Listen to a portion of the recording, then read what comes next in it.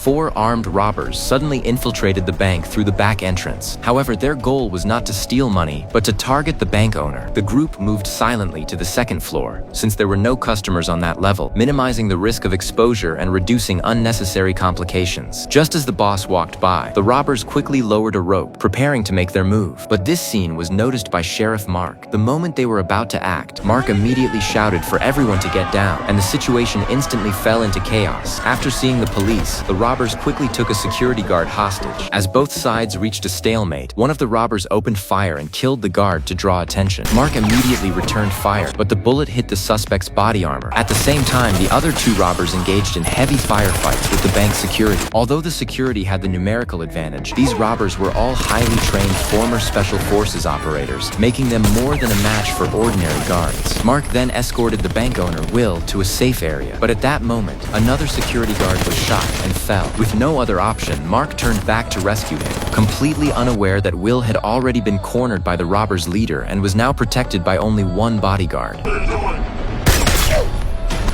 Soon after, one of the robbers was shot dead on the spot, and the leader was successfully subdued by Mark. The remaining accomplices took a female employee hostage. After negotiations, both sides eventually agreed to release the hostages simultaneously. In reality, Mark was fully aware that once these robbers were released, he could easily be in danger himself. Unexpectedly, the leader actually ordered his men not to open fire. In the end, they truly let Mark go and quickly retreated with the remaining 2 members. This left Mark extremely puzzled, because at the time he was the only person left on scene. Even if they had killed him, it would not have affected their escape at all. So why did they choose to spare him? After the investigation, it was discovered that the deceased robber had no traceable records, fingerprints, or even old scars left on his body, as if his identity had been completely erased. Only military personnel were usually capable of hiding their identity to this extent. At that moment, an officer suddenly remembered that the robbers had deliberately left behind a bullet, and the fingerprint on it belonged to a Special Forces soldier named Steve.